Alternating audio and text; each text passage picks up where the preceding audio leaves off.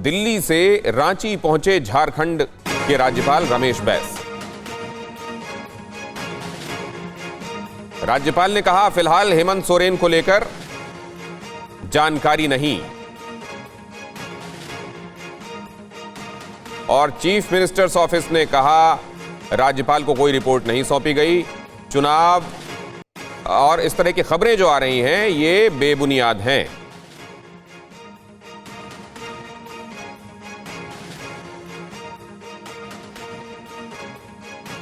दिल्ली से रांची रवाना हो गए हैं राज्यपाल।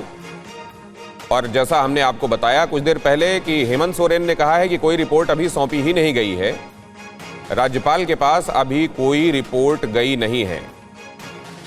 अब ये एक जाहिर है ये टकराव की स्थिति, जहां ये कहा जा रहा है कि सारे इंस्टीट्यूशंस को खत्म किया जा रहा है हेमंत सोरेन और उनके समर्थकों की तरफ से।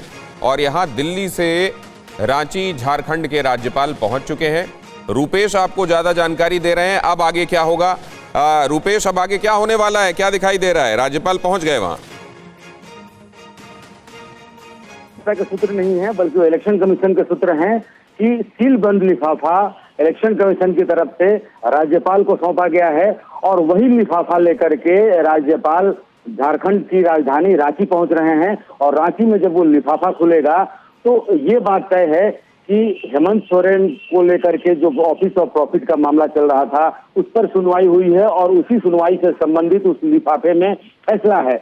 अब ये है कि वो जो लिफाफा जब खुलेगा, जो फैसला सुनाया जाता है, तो क्या उसमें हेमंत सोरेन की सदस्यता रद्द करने, जैसा कि सूत्र बता रहे हैं कि उनकी सदस्यता रद्द की जा चुकी है, सिर्फ सुनाया जाना बाकी है। लेकिन जानना अहम यह है कि क्या कंडीशंस हैं, शर्त क्या लगाए गए हैं कि क्या सिर्फ उनकी सदस्यता रद्द की गई है। मैं बार बार इसलिए कह रहा हूं कि वो इंतजार करना होगा, क्योंकि इंतजार इसलिए कि कंडीशंस पे सब कुछ डिपेंड करेगा कि झारखंड में अगले 2-4 दिन या एक सप्ताह तक या अगले 6 महीने तक क्या कुछ होने वाला है झारखंड की राजनीति में। कंडीशंस क्या लगाए गए हैं उन पे डिपेंड करता है, क्योंकि अगर सिर्फ सदस्यता समाप्त की गई है तो मुख्यमंत्री हेमंत सोरेन के सामने उतनी मुश्किल नहीं होगी जितनी कि अगर ये शर्त लगाई गई होगी कि आपको चुनाव लड़ने पर 1 साल के लिए, 6 साल के लिए या फिर कम से कम 6 महीने तक प्रतिबंध अगर लगाया जाता है कि 6 महीने तक आप चुनाव नहीं लड़ पाएंगे, तब उनकी कुर्सी जाएगी और उनके बदले किसी और को मुख्यमंत्री बनाना होगा। और अगर हेमंत सोरेन आज कह रहे हैं कि कोई इस तरह का फैसला नहीं आया, इलेक्शन कमीशन ने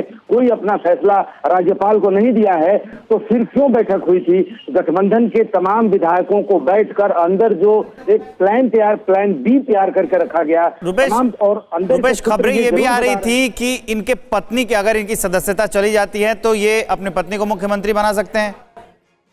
देखिए, बिल्कुल मैं वहीं आ रहा था कि वहाँ ABCD तैयार किया गया है जी। सिर्फ अगर सदस्यता जाती है तो मैं इस्तीफा दूंगा, फिर से मुझे नेता चुना जाएगा और फिर मैं मुख्यमंत्री पद की शपथ ले लूंगा और 6 महीने का वक्त होता है, कहीं से चुनाव लड़के मैं फिर से विधानसभा की सदस्यता ले लूंगा। पहला ऑप्शन। दूसरा ऑप्शन, अगर मुझे चुनाव लड़ने पर पाबंदी लगा दी जाती है तो अब किसी और को मुख्यमंत्री बनाना होगा और अगर पत्नी को मुख्यमंत्री बनाते हैं तो किसी विधानसभा से उनको भी चुनाव अगले 6 महीने में लड़ाना होगा। लेकिन उसके सामने समस्या ये है कि घर में आप इस खबर पर जानकारी दिए, आपका धन्यवाद। और आप खबर पर नजर बनाए रखिए, आगे बढ़ेंगे। वहीं सदस्यता रद्द की खबर पर झारखंड सीएम ऑफिस का बयान सामने आया है कि राज्यपाल को कोई रिपोर्ट नहीं भेजी गई है। सीएम ऑफिस ने कहा है चुनाव आयोग और राज्यपाल की तरफ से कोई निर्देश नहीं है। इस तरह की खबरें बेबुनियाद हैं, ये बताया सीएमओ ने। बीजेपी के नेता झूठ बोल रहे हैं, एजेंसियों का दुरुपयोग हो रहा है।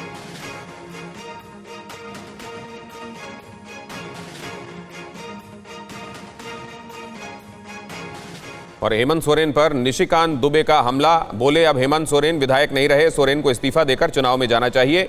निशिकांत दुबे ने हेमंत सोरेन को करप्ट नेता करार दिया। उन्होंने ये भी कहा कि अब तो नैतिकता का तकाजा ये कहता है कि उनको पूरी तरह से असेंबली डिसॉल्व करना चाहिए और सभी सीटों पर चुनाव की अब तैयारियां होनी चाहिए।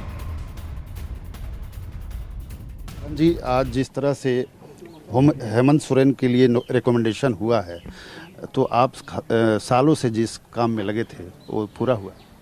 सालों से काम में नहीं लगे थे। मैं संथाल पन्ना से राजनीति करता हूं और मुझे समझदारी है कि वहाँ कितना भ्रष्टाचार, क्योंकि झारखंड मुक्ति मोर्चा संथाल पन्ना की पार्टी है। तो ये भ्रष्टाचार के आधार पर उनकी सदस्यता आप ही के माध्यम से जो सूचना मिली है रद्द हुई है, तो ये भारतीय जनता पार्टी की एक बड़ी विक्ट्री है और हमारे कार्यकर्ता अब घर घर जाकर जो है इसका जश्न मनाएंगे, जोश मनाएंगे और जनता को आग्रह करेंगे कि आगे आने वाले चुनाव में जो है इस परिवारवादी पार्टी का आप सत्यानाश करें। दाऊद इब्राहिम को बना देना, मुझे क्या परेशानी होगी? हम तो जनता के बीच में जाएंगे, जनता के बीच में हम चुनाव चाहेंगे। एक बात कही जा रही है कि सारी एजेंसियों का मिसयूज किया जा रहा है और देश के तमाम हिस्सों में किया जा रहा है, झारखंड में भी किया जा रहा है। कल जिस तरह से छापे पड़े पूरे देश ने देखा, तो इस पर क्या कहना? AK-47 हमने रख दिया, 20 करोड़ रुपया पूजा सिंघल के यहाँ CA के यहाँ पकड़ा है वो हमने रख दिया, पार्थो चटर्जी के यहाँ 55 करोड़ रुपया पकड़ा है वो हमने रख दिया।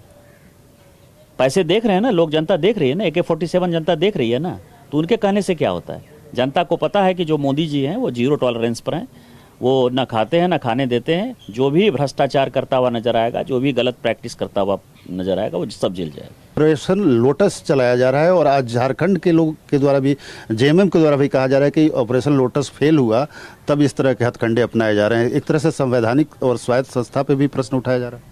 जनता मैंडेट देती है ना, अभी यूपी में तो जनता ने मैंडेट दिया ना। भारतीय जनता पार्टी को जनता का यदि समर्थन है तो उसको ऑपरेशन लोटस चलाने की क्या आवश्यकता है? हम तो कह रहे हैं कि हिम्मत है तो चलो चुनाव में। झारखंड मुक्ति मोर्चा को तो असेंबली डिसॉल्व करना चाहिए, चुनाव में जाना चाहिए। तो निशिकांत दुबे आरोप लगा रहे थे सोरेन सरकार पर। अब आपको बताते हैं कि ये जो पूरा मामला है, इसमें सोरेन की कुर्सी कैसे हिली, उसकी एक एक डिटेल आपको बताते हैं, जानकारी देते हैं। दरअसल बीजेपी के डेलीगेशन ने फरवरी 2022 में, यानी इसी साल के फरवरी महीने में एक शिकायत की थी इसी मामले को लेकर, सोरेन को लेकर। मुख्यमंत्री हेमंत सोरेन पर लाभ के पद का आरोप लगाया था बीजेपी के डेलीगेशन ने और शिकायत की गई थी। रांची के अनगढ़ा में अपने नाम से खनन पट्टा लेने का आरोप था सोरेन पर, और जनप्रतिनिधित्व कानून 1951 की धारा 9A के तहत अपील की गई थी उस डेलीगेशन के द्वारा, और जो सोरेन की विधानसभा सदस्यता है वो रद्द करने की मांग भी की गई थी।